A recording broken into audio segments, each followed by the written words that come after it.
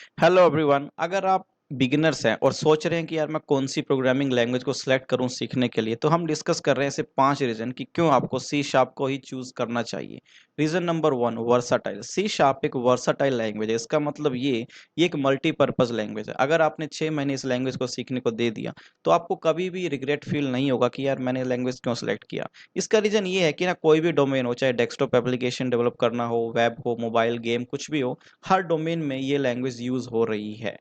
Reason number 2, जैसे आपने देखा होगा कोई भी पॉपुलर लैंग्वेज है वो सभी एक ऑब्जेक्ट ओरिएंटेड लैंग्वेजेस होती है। जैसे पाइथन है, सी प्लस प्लस है, जावा है, ये सभी ऑब्जेक्ट ओरिएंटेड है। तो उनकी तरह ये भी सी शार्प भी एक ऑब्जेक्ट ओरिएंटेड लैंग्वेजेस है। ये भी इन सभी जैसे इनकैप्सुलेशन, अब्स्ट्रैक्शन, इनहेरिटेंस, इन सभी कंसेप्ट को फॉलो करती है। थर्ड रीजन जो सबसे मैं अच्छा स्ट्रॉन्ग रीजन मानता हूँ वो है dot net framework. Dot net framework क्या होता है, इस पे हमने ऑलरेडी वीडियो बनाया हुआ है। आप डिस्क्रिप्शन में जाओगे तो आपको लिंक मिल जाएगा। तो डॉट नेट फ्रेमवर्क है क्या, ये एक इन्वायरमेंट डेवलपर्स को देता है जिससे कोडिंग करना बहुत ही ईजी और स्मूथ हो जाता है। हालांकि डॉट नेट फ्रेमवर्क पे ना आप कोई भी प्रोग्रामिंग लैंग्वेज में काम कर सकते हो, बट जब माइक्रोसॉफ्ट ने इसको डेवलप किया था डॉट नेट फ्रेमवर्क को, साथ में ही माइक्रोसॉफ्ट ने सी शार्प को भी डेवलप किया था। तो आप यूं बोल सकते हो कि ये दोनों को एक दूसरे के लिए बनाया गया है। तो जितनी ज़्यादा कंपैटिबिलिटी सी शार्प को आपको मिलेगी डॉट नेट के साथ में, इतनी कंपैटिबल आपको कोई और लैंग्वेज नहीं मिलने वाली। तो डॉट नेट फ्रेमवर्क में अगर आप काम करते हो ना, तो आपको उसमें बहुत से रेडीमेड टूल्स मिलते हैं जो आपकी प्रोग्रामिंग को और भी ईजी बना देते हैं और हेल्पफुल बना देते हैं। सेकेंड रीजन हो सकता है कि लेस वर्क। आपको ना जितना भी जो स्क्रैच कोड है ना, जो एमई कोड है, वो लिखने की जरूरत ही नहीं पड़ेगी। आपको सिर्फ अपना मेन लॉजिक लिखना है। बाकी स्क्रैच कोड आपको डॉट नेट पहले से ही प्रोवाइड करके दे देगा। Work everywhere. आप डॉट नेट पे अपना अकाउंट बनाइए और आप कहीं से भी काम कीजिए। आपका जो कोड है वो ऑनलाइन शेयर हो जाता है, सेव हो जाता है। इसकी एक डॉट नेट फ्रेमवर्क में ना बहुत बड़ी प्रोग्रामर की कम्युनिटी है। कम्युनिटी जितनी ज़्यादा लार्ज होती है ना, उतना ही हेल्पफुल होता है डेवलपर के लिए। अगर आपको कोई प्रॉब्लम आ रही है, वो सोल्व नहीं हो पा रही है, आप कम्युनिटी में वो प्रॉब्लम सोल्व आप क्या कर सकते हो, शेयर कर सकते हो। वो जितने भी डेवलपर्स हैं, वो उन प्रॉब्लम के अगर उनके पास सोल्यूशन है तो वो शेयर कर सकते हैं आपसे। तो ये भी आपके लिए हेल्पफुल हो सकता है। आपका कोड भी बहुत सिक्योर रहता है, कोई प्रॉब्लम नहीं होती है इसमें भी।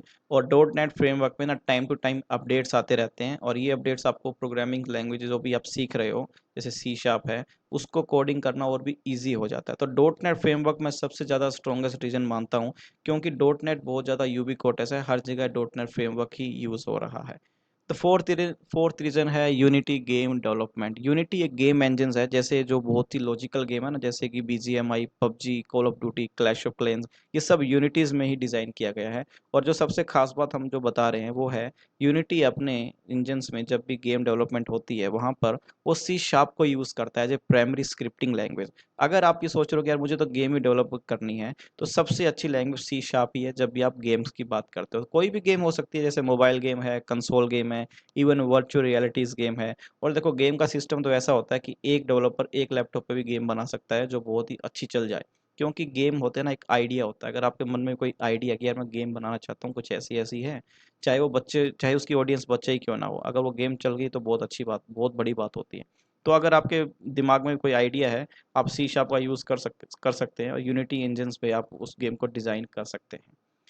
फिफ्थ और लास्ट रीजन है कि इसकी जो डिमांड है बहुत ज़्यादा है। आपने देखा होगा ना, कई प्रोग्रामिंग लैंग्वेजेस ऐसी होती हैं कि यार 2 साल चली, अब काम ही नहीं मिल रहा है। डेवलपर ने उस पर 2-3 साल काम किया और आगे जाके वो आउटडेटेड हो गई है। तो सी शार्प के साथ ऐसा नहीं है। मैंने आपको रीजन बताया था कि ये हर जगह यूज़ हो रही है। तो इसकी जो मार्केट है ना बहुत ही स्टेबल है। ये लैंग्वेज कहीं पर भी नहीं जाने वाली है, बल्कि और भी एरियाज आएंगे जहाँ पर ये यूज़ होना शुरू हो जाएगी। और अगर सैलरीज की बात करें ना, तो बाकी लैंग्वेजेस की बजाय इसकी सैलरी अच्छी है, इक्वल है, कम नहीं है बट अच्छी है। मेरे फ्रेंड्स हैं जो अभी भी काम कर रहे हैं डॉट नेट फ्रेमवर्क में, उनकी सैलरी काफ़ी अच्छी है और कंपैरेटिवली बहुत अच्छी लैंग्वेज है ये। Consultant and file freelancing. अगर आप चाहते हो कि सर मैं जॉब नहीं करना चाहता हूँ या नहीं चाहती हूँ, तो ज़रूरी नहीं है, आप फ्रीलांसिंग कर सकते हैं। बहुत से डेवलपर हैं जो फ्रीलांस काम कर रहे हैं, अपनी मर्जी से काम करते हैं, अपने जो भी सिलेक्टेड टाइम आवर्स है उसमें काम करते हैं। तो फ्रीलांसिंग भी कर सकते हैं, आपको काम बहुत ही अच्छा मिल जाता है। इवन जो गवर्नमेंट की रिसर्च एजेंसीज है ना, जैसे कि इसरो है और एनटीआरओ है, डीआरडीओ है, ये भी ना अपने प्रोजेक्ट में सी शार्प का यूज़ करते हैं। इनके भी डिफेंस के प्रोजेक्ट रहते हैं, इनको भी प्रोग्रामर चाहिए होते हैं, तो ये प्रोग्रामर हायर कर सकते हैं। तो मेनली वो सी शार्प प्रोग्रामर को ही प्रेफरेंस देते हैं। तो अगर आप सी शार्प सीख लेते हो ना, तो आपके लिए गवर्नमेंट जॉब अप्लाई करना भी ईजी हो जाता है। और हमने बात किया कि उसमें आप मोबाइल ऐप डेवलपमेंट कंपनीज हैं, आप उनमें भी जा सकते हो, गेम डेवलपमेंट के अंदर भी जा सकते हो। बहुत से अपॉर्चुनिटीज़ आपके लिए खुल जाती है अगर आप सी शार्प को एज ए अपनी प्राइमरी लैंग्वेज सेलेक्ट करते हो तो नेक्स्ट हम क्या कर रहे हैं ना, हम इसी यूट्यूब चैनल पे एक वीडियो सीरीज लेके आ रहे हैं जो स्पेशली मैं फोकस कर रहा हूँ बिगिनर्स के लिए। अगर आप बिगिनर हैं और बिल्कुल ईजिली फ्रेश स्क्रैच से सी शार्प को सीखना चाहते हो ना, तो प्लीज़ इस चैनल को सब्सक्राइब करो। हम नेक्स्ट वीडियोस में बिल्कुल ही बिगिनर लेवल पे, जीरो से नहीं -1 से शुरू करेंगे कि सी शार्प को कैसे सीखते हैं और कैसे इसमें आप करियर बना सकते हो। So please do subscribe our channel. Thank you very much.